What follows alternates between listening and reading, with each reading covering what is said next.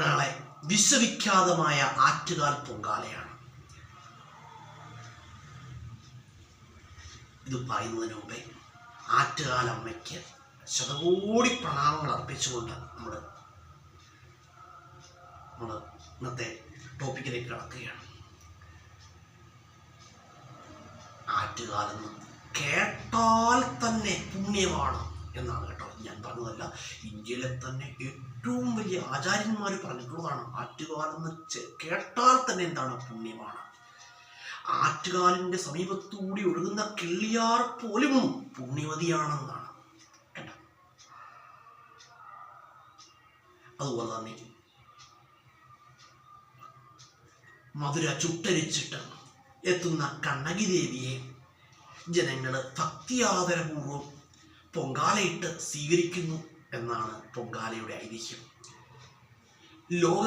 ലോകത്തിൽ വെച്ച് ഏറ്റവും കൂടുതൽ സ്ത്രീകൾ പങ്കെടുക്കുന്ന ഒരു ആഘോഷം കൂടിയാണ് ആറ്റുകാൽ പൊങ്കാല. അതുപോലെ നമുക്കൊക്കെ അറിയാം, ആറ്റുകാൽ പൊങ്കാല ഗിന്നസ് ബുക്കിൽ പോലും സ്ഥാനം പിടിച്ചിട്ടുണ്ട്. ലോകത്തിലെ തന്നെ പ്രശസ്തമായ ഒരു ഉത്സവമാണ് ആറ്റുകാൽ പൊങ്കാല. ഇന്ന് കേരളത്തിലെ പോലെ തന്നെ മറുനാടുകളിലും ഫോറിൻ കൺട്രീസിലും ഒക്കെ ആറ്റുകാൽ പൊങ്കാല അതിഗംഭീരമായിട്ട് കൊണ്ടാടുന്നുണ്ട്.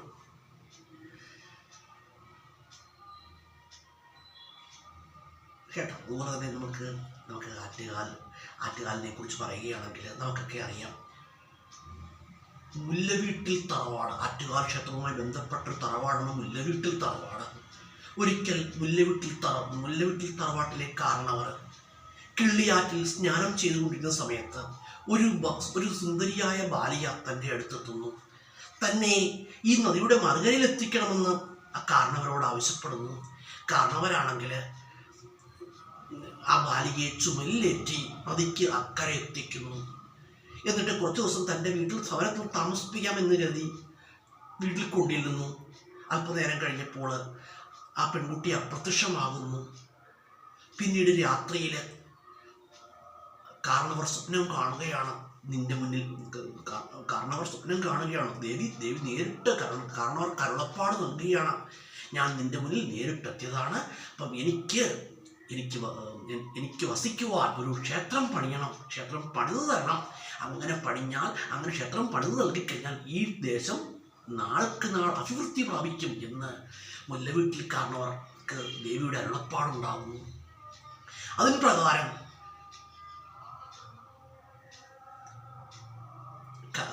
മുല്ലവീട്ടിൽ കാരണവര് ക്ഷേത്രം പണിയേണ്ടതായ സ്ഥലത്ത് ശൂലം കൊണ്ടുള്ള 3 അടയാളങ്ങൾ കാണുന്നു. അതിന് പ്രകാരം ക്ഷേത്രം പണിയുകയാണ്. ആ ക്ഷേത്രമാണ് കാലാന്തരത്തിൽ ഇന്ന് കാണുന്ന മഹാക്ഷേത്രമായ ആറ്റുകാൽ ക്ഷേത്രമായി പരിണമിച്ചത് കേട്ടോ. അങ്ങനെ ഇപ്പം അതുപോലെ തന്നെ ആറ്റുകാൽ പൊങ്കാലയുമായി ബന്ധപ്പെട്ട് മറ്റൊരു ഐതിഹ്യമുണ്ട്. ദാരിക നിഗ്രഹത്തിന് ശേഷം തിരിച്ചു വരുന്ന കാളീദേവിയെ ജനങ്ങൾ ഭക്തിയാദരപൂർവ്വം സ്വീകരിക്കുന്ന ഒരു ചടങ്ങാണ് ആറ്റുകാൽ പൊങ്കാല എന്നും പറയപ്പെടുന്നുണ്ട്. ഒരുപാട് ഐതിഹ്യങ്ങൾ നിലവിലുണ്ട് കേട്ടോ. അതുപോലെയാണ് ആറ്റുകാൽ കേരളത്തിലെ ഒരു കണ്ണകി ക്ഷേത്രമാണിത്. കേരളത്തിലെ അറിയപ്പെടുന്ന 3 കണ്ണകി ക്ഷേത്രങ്ങളാണുള്ളത്. 1 എന്ന് പറഞ്ഞാൽ ആറ്റുകാൽ, 2 കൊടുങ്ങല്ലൂർ, 3 എന്ന് പറഞ്ഞാൽ മംഗളാദേവി ക്ഷേത്രം കേട്ടോ. പെരിയാർ ടൈഗർ റിസർവിനുള്ളിലായിട്ട് സ്ഥിതി ചെയ്യുന്ന മംഗളാദേവി ക്ഷേത്രവുമാണ്. അതുപോലെ തന്നെ സ്ത്രീകളുടെ ശബരിമല എന്നറിയപ്പെടുന്നത് ആറ്റുകാൽ